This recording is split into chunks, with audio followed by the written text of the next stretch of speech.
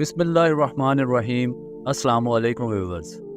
تو ویورز، آج کی ہماری ویڈیو میں ہم آپ کو بتانے والے ہیں حضرت ابراہیم علیہ السلام کی دو بہویں، مطلب حضرت اسماعیل علیہ السلام کی زوجہ حضرت رعلہ علیہ السلام کے بارے میں، کہ حضرت رعلہ علیہ السلام کو ایک ایسی نیک نسل ماں بننے کا شرف حاصل ہوا جسے اللہ جل شانہ نے ایک عظیم منصب اور مقصد کے لیے منتخب فرمایا۔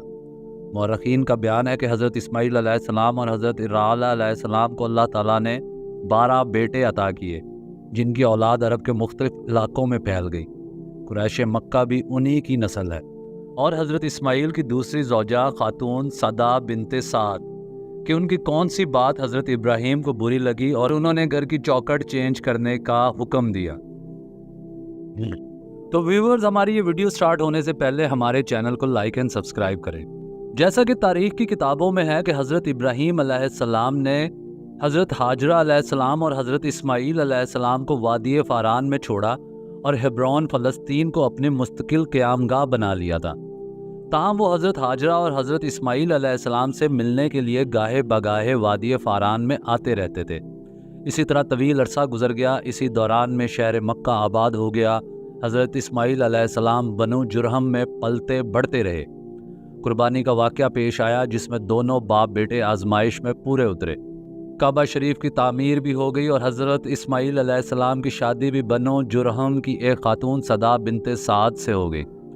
اس وقت حضرت ابراہیم علیہ السلام حبرون میں تھے، یعنی یہ شادی ان کی غیر حاضری میں ہوئی۔ کچھ عرصہ بعد وہ حبرون سے مکہ معظمہ تشریف لائے۔ اب کے بار ان کے دورہ مکہ سے پہلے حضرت ہاجرہ علیہ السلام کا قضائے الہی سے انتقال ہو چکا تھا۔ حضرت ابراہیم علیہ السلام فرزند گرامی کے گھر پہنچے اور دروازے پر کھڑے ہو کر بآواز بلند گھر والوں کو سلام کیا۔ اس وقت حضرت اسماعیل علیہ السلام گھر سے باہر اپنے کام پر گئے ہوئے تھے اور صرف ان کی اہلیہ صدا گھر میں موجود تھی۔ یہ خاتون اطوار و عادات اور مزاج کے اعتبار سے اس بلند معیار پر پورا نہیں اترتی تھی جو ایک جلیل القدر پیغمبر کی اہلیہ کی شایان شان ہو۔ اس نے دروازے پر آ کر بڑی رکھائی سے حضرت ابراہیم علیہ السلام کے سلام کا جواب دیا۔ حضرت ابراہیم علیہ السلام نے اس سے پوچھا، اسماعیل کہاں ہے؟ اس نے بڑے خشک لہجے میں جواب دیا، ہمارے لیے رزق کے حصول کے لیے گئے ہیں۔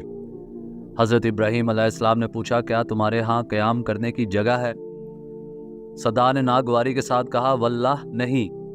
اب حضرت ابراہیم علیہ السلام نے اس سے پوچھا، اگر تمہارے ہاں کوئی مہمان آئے تو کیا تم لوگ اس کی خدمت کرتے ہو؟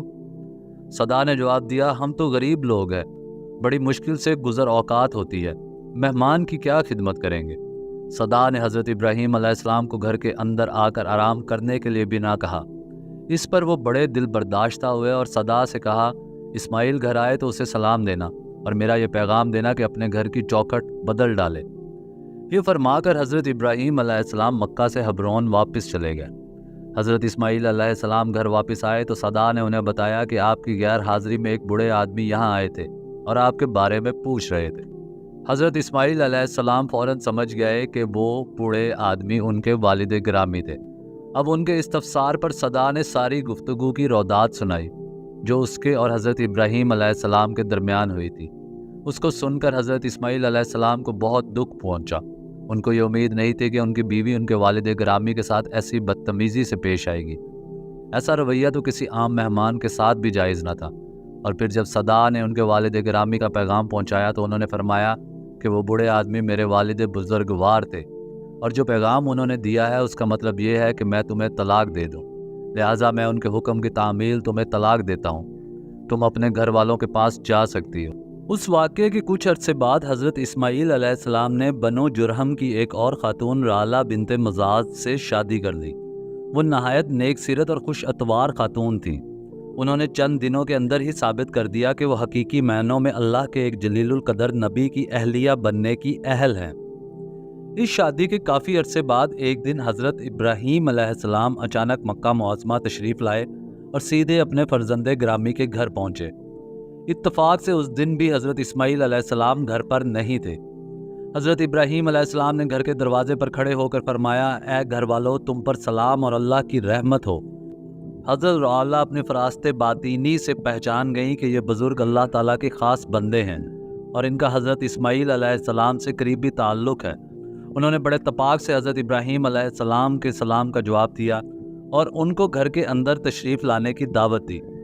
حضرت ابراہیم علیہ السلام نے حضرت اسماعیل علیہ السلام کے بارے میں پوچھا تو حضرت رعلہ نے بڑے ادب سے کہا کہ وہ رزق حلال کی تلاش میں گئے ہیں۔ اس کے بعد جلیل القدر سسر اور بہو میں اس طرح گفتگو ہوئی۔ حضرت ابراہیم علیہ السلام نے پوچھا تم لوگ کس حال میں ہو؟ حضرت رعلہ علیہ السلام نے فرمایا الحمدللہ ہم کو اللہ تعالیٰ نے اپنی بہت نعمتیں دے رکھی ہیں، آپ کچھ دیر آرام فرما لیں پھر میں کھانا پیش کروں گی۔ پھر حضرت ابراہیم علیہ السلام نے پوچھا تم لوگ بالمعمول کیا کھاتے پیتے ہو؟ حضرت رعلہ نے فرمایا الحمدللہ ہماری خوراک میں گوشت، دودھ، پانی سب نعمتیں ہوتی ہیں۔ پھر فرمایا کیا تمہیں اناج آسانی سے میسر ہو جاتا ہے؟ جس پر انہوں نے جواب دیا اللہ تعالیٰ نے ہمیں بہت کچھ دے رکھا ہے، انشاءاللہ اناج بھی جلد ہی آسانی سے میسر ہونے لگے گا۔ اپنی نیک بہو کی باتیں سن کر حضرت ابراہیم علیہ السلام بہت خوش ہوئے۔ ان کے حسن اخلاق اور مؤدبانہ طرز عمل سے ان کو اطمینان ہو گیا کہ میری یہ بہو واقعی ایک نبی کی بیوی بننے کے اہل ہے۔ انہوں نے میاں بیوی کے حق میں دعائے خیر کی اور بہو سے فرمایا میں زیادہ دیر یہاں قیام نہیں کر سکتا، حضرت اسماعیل علیہ السلام گھر لوٹیں تو ان کو میرا سلام کہنا اور پیغام دینا کہ اپنے گھر کی چوکھٹ قائم رکھیں، اس میں ان کے لیے بہتری ہے۔ اس کے بعد حضرت ابراہیم علیہ السلام واپس حبرون تشریف لے گئے۔ حضرت اسماعیل علیہ السلام گھر لوٹے تو حضرت رعلہ نے انہیں حضرت ابراہیم علیہ السلام کی تشریف آوری کا حال تفصیل کے ساتھ سنایا۔ اسے سن کر حضرت اسماعیل علیہ السلام کو دلی مسرت ہوئی، اور جب حضرت رعلہ نے حضرت ابراہیم کا پیغام دیا تو ان کی خوشی دوبالا ہو گئی، اور انہوں نے حضرت رعلہ کو بتایا کہ میرے والد صاحب مجھے حکم دے کے گئے ہیں کہ میں ہمیشہ تمہیں اپنی رفیقہ حیات بنا رہے ہوں۔ چوکھٹ سے ان کی مراد تمہاری ذات ہے۔ حضرت ابراہیم علیہ السلام اور حضرت رعلہ علیہ السلام کی عائلی زندگی میں اللہ تعالیٰ نے بڑی برکت دی۔ حضرت رعلہ کو ایسی نیک نسل ماں بننے کا شرف حاصل ہوا جسے اللہ تعالیٰ نے ایک عظیم منصب اور مقصد کے لیے منتخب فرمایا۔ مورخین کا بیان ہے کہ حضرت اسماعیل اور حضرت رعلہ کو اللہ تعالیٰ نے 12 بیٹے عطا کیے، جن کی اولاد عرب کے مختلف علاقوں میں پھیل گئی۔ قریش مکہ بھی ان کی نسل تھی۔ خاتم الانبیاء و مرسلین صلی اللہ علیہ وآلہ وسلم کی ولادت باسعادت بھی اسی قبیلے میں ہوئی۔ حضرت رعلہ علیہ السلام اللہ سے ڈرنے والی بڑی عبادت گزار خاتون تھی۔ انہوں نے اپنے شوہر نامدار کا ساتھ عمر بھر نہایت وفاداری کے ساتھ نبھایا اور اپنی زندگی کی مقررہ مدت پوری ہونے پر مکہ معظمہ میں وفات پائی۔ انا للہ و انا الیہ راجعون۔